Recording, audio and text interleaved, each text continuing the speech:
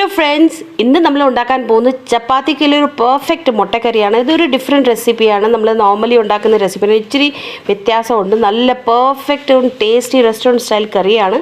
അതിന് വേണ്ടി ഏറ്റവും ആദ്യം നമ്മൾ പാനിൽ 1 ടേബിൾ സ്പൂൺ ഓയിൽ എടുക്കുക.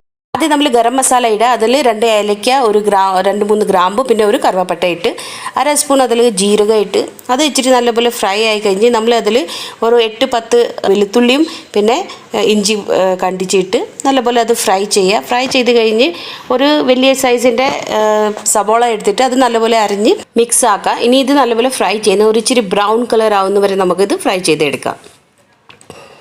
സവോളൻ്റെ കളർ മാറിയിട്ടുണ്ട്. ഇനി ഇതിൽ നമ്മൾ ഇച്ചിരി മസാല ഇടുക. അതിൽ 1 സ്പൂൺ നമ്മൾ മല്ലിപ്പൊടി എടുക്കുക, 1 സ്പൂണ് റെഡ് ചില്ലി, പിന്നെ ഒരു 1/4 സ്പൂണ് നമ്മളിതിൽ മഞ്ഞൾപ്പൊടി ഇട്ട് ഇത് നല്ലപോലെ ഫ്രൈ ചെയ്യുക. ഒരു 30 സെക്കൻഡ്സ് നമ്മളിത് ഫ്രൈ ചെയ്താൽ മതി. കരിയാതെ ഇരിക്കാൻ വേണ്ടി ഇച്ചിരി വെള്ളം ഒഴിച്ച് കൊടുക്കുക. ഇച്ചിരി എന്ന് പറഞ്ഞാൽ 1 ടേബിൾ സ്പൂൺ വെള്ളം ഒഴിച്ചാൽ മതി.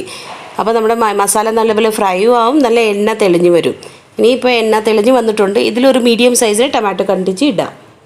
അത് നല്ലപോലെ മിക്സ് ആക്കാം.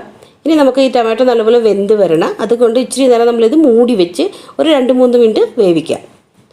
കണ്ടോ, മസാല എല്ലാം റെഡിയായി, ടൊമാറ്റോ നല്ലപോലെ വെന്തിട്ടുണ്ട്. നല്ല മസാല നമ്മുടെ എണ്ണ വരുന്നുണ്ട്, എണ്ണയൊക്കെ കാണുന്നുണ്ട്.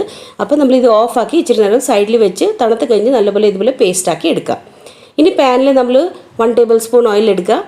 അതിൽ ഇച്ചിരി കറിവേപ്പില ഇടാം. കറിവേപ്പിലയും പിന്നെ 1/4 സ്പൂൺ നമ്മൾ മഞ്ഞളും ഒരു 1/2 സ്പൂൺ കശ്മീരി മുളക് പൊടി ഇടുക. അതൊരു ജസ്റ്റ് ഒന്ന് മിക്സ് ആക്കി കഴിഞ്ഞ് എണ്ണയിലല്ലേ നല്ല ചൂടായിരിക്കും, അതാണ് ഗ്യാസ് സിമ്മിൽ വെക്കാവുള്ളൂ. പിന്നെ നമ്മൾ പുഴുങ്ങി വെച്ച മുട്ട ഇതിലിട്ട് ഒരു 30-40 സെക്കൻഡ്സ് നമ്മളിത് നല്ലപോലെ ഒന്ന് ഫ്രൈ ചെയ്തെടുക്കുക. ഒത്തിരി ഫ്രൈ ചെയ്യരുത്, ജസ്റ്റ് ആ മസാലയിൽ നല്ലപോലെ മിക്സ് ആവുന്ന രീതിയിൽ അത് ഫ്രൈ ചെയ്തെടുക്കുക.